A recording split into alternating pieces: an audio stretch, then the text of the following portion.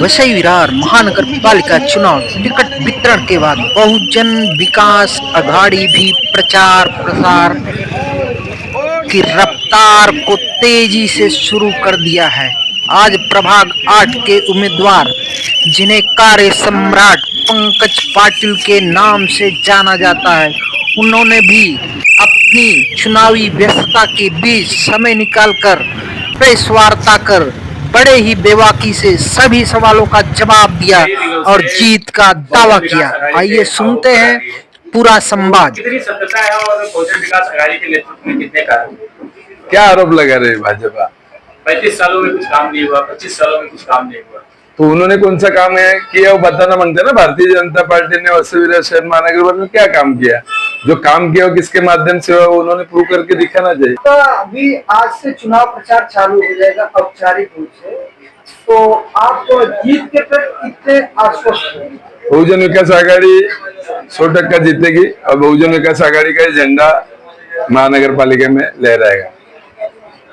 आपको यहाँ पे कार्य सम्राट कहा जाता है कि आप इतने कार्य किए हैं कि लोग सराहना करते हैं, कहते हैं कि कार्य सम्राट हैं। उसके बाद भी कई जगह गटर और नाले खुले मिलते हैं। नहीं, मैं लोगों का आभार व्यक्त करता हूँ कि लोग मुझे कार्य सम्राट कहते हैं, मतलब कार्यकर्ता हो या लोक जनता। लेकिन अभी रोज यहाँ झोपड़पट्टी रोज नए रूम बनते हैं, नए होता है, लेकिन पिछले 5 साल से कोई महानगर पालिका में नगर सेवक नहीं। इसके वजह से जो काम रुका हुआ है, जो आप बोल रहे खुले गटर, और वो जो 5 साल से प्रशासकीय राज हो रहा है, इसके लिए रुका है। इसके पहले काम तो बहुजन विकास आघाड़ी माध्यम से हमने किए थे। सारे कार्यकाल तो बहुजन विकास अघाड़ी के राज्य में हुए हैं, ये पूरी जनता सबको जानती है। लेकिन फिर भी आरोप प्रत्यारोप हमेशा लगाते रहते हैं, लेकिन फिर भी इनका एमएलए, इनका आमदार, इनका सीएम, इनका पीएम, इनका फिर बहुजन विकास अघाड़ी पे इल्जाम क्यों? वही लोगों को समझना चाहिए कि बहुजन विकास आघाड़ी पे ब्लेम क्यों कर रहे हैं। क्योंकि काम तो पहले जो किया था बहुजन विकास आघाड़ी ने किया था, लोकनेता हितेन ठाकुर अप्पा जी के माध्यम से। जो भी आमदार हमारे यहाँ के आमदार थे, माजी आमदार राजेश जी पाटिल हो, माजी आमदार सिद्धि दादा हो, मतलब काम तो बहुजन विकास आघाड़ी के माध्यम से हमेशा हुआ है। आगे भी बहुजन विकास आघाड़ी, अभी जब महानगर पालिका में सत्ता में आएगी तो बहुजन विकास आघाड़ी करेगी। सूत्रों द्वारा मिली जानकारी के अनुसार एक पेज वर्क करने के लिए सीएम तक के लेटर जाता है। आपके पास तो कोई बहुजन विकास आघाड़ी पास सीएम नहीं है, तो इतने 35 सालों में आप कौन से सीएम को बोल के अपना पेज वर्क और रोड बनवाते हैं? इधर बहुजन विकास आघाड़ी कार्यकर्ता ही सीएम था, सभी कार्यकर्ता ही था, जो भी है सीएम हो पीएम हो, सभी बहुजन विकास आघाड़ी कार्यकर्ता ही थे। दादा, एक बार फिर से आप अगर जीत के आते हैं तो पहला कार्य आपका क्या होगा लोगों के लिए? लोगों के लिए कार्य ये होगा, अभी जो हॉस्पिटल यहाँ अपने यहाँ नहीं है, वो सोपारा पिल्लर में हॉस्पिटल का मांग पहला रहेगा।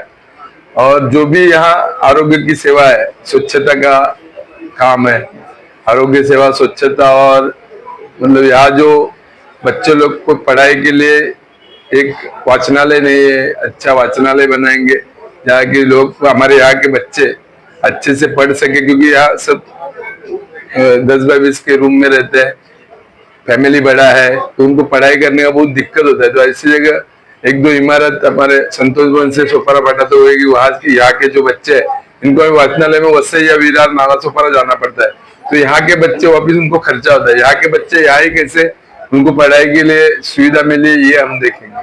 चुनावी सरगर्मी इतना तेज हो गया है आज के दौर में, तो क्या इस बार जीत पाना कितना आसान और कितनी मेहनत करनी पड़ेगी आपको? चुनाव ऐसा चीज है कि चुनाव में हल्के में नहीं लेना चाहिए, चुनाव जैसा लड़ना चाहिए। हर घर में जाके अपना जो हमने बहुजन विकास आघाड़ी लोकनेता हितेन ठाकुर जी के माध्यम से जो काम किया है, लोगों तक पहुंचाना है। घर घर जाके उनको बोलना है कि अभी पिछले 1 साल में आप सत्ता पाया, परिवर्तन हुआ, तभी देखा रहेगा कि अभी कैसी परिस्थिति लोगों की है। तो बहुजन विकास आघाड़ी क्यों मांगते, लोकनेता हितेन ठाकुर अप्पा जी के नेतृत्व में क्यों सत्ता चाहिए? क्योंकि लोगों का काम करने है, लोगों का विकास करने है। क्या जनता का कहना यही है कि मुंबई में देवा भाव, यूपी में योगी, तो महाराष्ट्र में वसई विरार में हितेन ठाकुर क्यों नहीं? वसई में आज के कितने साल से बोल रहे सभी लोग, 35 साल पहले, क्योंकि वसई में बहुजन विकास आघाड़ी हितेन ठाकुर है और आगे भी रहेंगे। जो 35 साल से बहुजन विकास आघाड़ी में सत्ता में रहते, सत्ता का सुख भोगने के बाद आज बहुजन विकास आघाड़ी को छोड़ के चले गए, उनके लिए आप क्या कहेंगे? मैं उनको लिए शुभेच्छा दूंगा, लेकिन उनके जगह पे जो हमारे नए कार्यकर्ता चांस मिला तो वो अच्छा है, नए कार्यकर्ता को चांस मिला। क्यों किया? इसके पीछे अभी रीजन क्या था? क्या कारण? रीजन है, उनको लगा कि अभी बहुजन विकास आघाड़ी की सत्ता नहीं आएगी, वो उनका सोच रहेगी, लेकिन सत्ता तो बहुजन विकास आघाड़ी की है। जैसे कुछ दिनों पहले प्रदीप सिंह ने कहा था कि बहुजन विकास हमारी माँ है, बाप है, हम मन परिवर्तन नहीं करते, हम बाप नहीं बदलते, हमारे सब कुछ है, जो सिटी है बाप माँ हमारा सब कुछ सिटी है। क्या कुछ कहेंगे प्रदीप सिंह के बारे में आप? नहीं, वो पिछले बहुत साल से यहाँ पे बहुजन विकास आघाड़ी का काम कर रहे हैं, और उन्होंने कहा वो बराबर कहा, मतलब यहाँ जो भी या बसें, उन्होंने बोला हम जब भी कांदिवली से आए तो बसें तब से इतने ठाकुर के साथ है और अभी तक है, तो हम भी कहते हैं हमें भी आपका के साथ हमेशा है, तो वही बोलते ना, हम दल बदलू नहीं है, हम एक दल पे है, वो दल पे ठाम है। बात किया जाए एक मुस्लिम समुदाय की, तो आज एक नई पार्टी वसई विरार में हाजिर हुई, एमआईएम। क्या पूछेंगे एमआईएम के बारे में? क्या बहुजन विकास आघाड़ी हिंदू मुस्लिम कभी की है?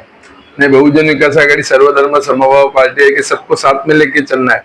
अप्पा का कहना है हमें परिवार जैसा वसई तालुका है, परिवार जैसा रहे, मतलब उसमें कौन से जात धर्म का बात कभी नहीं किया, सब हमारे परिवार के सदस्य। और जो पार्टी नहीं आई, नई पार्टी को जब भी चुनाव होगा तो 16 तारीख को समझेगा उनका क्या है।